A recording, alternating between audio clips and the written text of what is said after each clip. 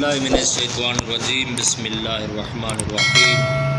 जैसा कि मोमिनीन करम आपको इल्म है कि रमज़ानुल मुबारक जैसा महीना है, तो ज़ाहिरन सी बात है कि हर इंसान रोज़ेदार होता है, रोज़ा तो रखता है, लेकिन उनको काफ़ी इन चीज़ों का इल्म नहीं होता कि कौन कौन सी ऐसी चीज़ें हैं जिनकी वजह से रोज़ा बातिल हो जाता है, जिनकी वजह से रोज़ा मकरूह हो जाता है।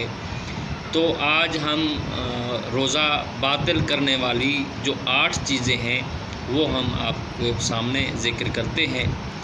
तो ज़िक्र करने के बाद यकीनन सी बात है कि आप मोमिनीन तक जब पहुँचेगी तो आप मोमिनीन को भी इससे मुफाद मिलेगा।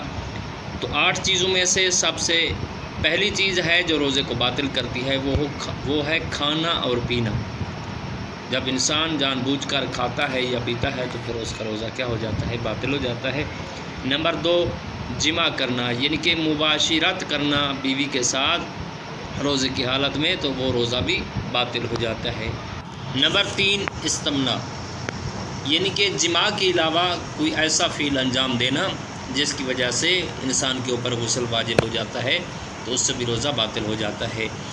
नंबर 4, पैगम्बर अकरम या आइमा अलैहिस्सलाम की तरफ से कोई झूठी बात को मंसूब करना।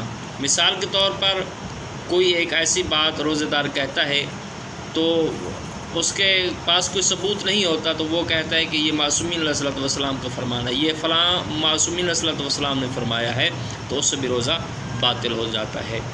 नंबर 5, एहतियात वाजिब की बिना पर गलीज़ गुबार हलक तक पहुँचाना।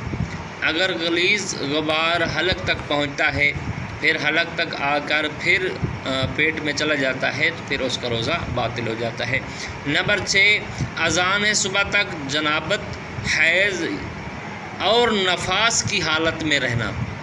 इनके कुछ ऐसे अशख़ास होते हैं या ऐसी औरतें होती हैं जो हालत हैज़ में उसने गुस्ल नहीं किया होता। मिसाल के तौर पर मैं आपको बताता चलूँ कि जिस इंसान के ऊपर गुस्ल वाजिब हो वो अज़ान सुबह तक सोया रहे तो फिर भी उसका रोज़ा बातिल हो जाता है।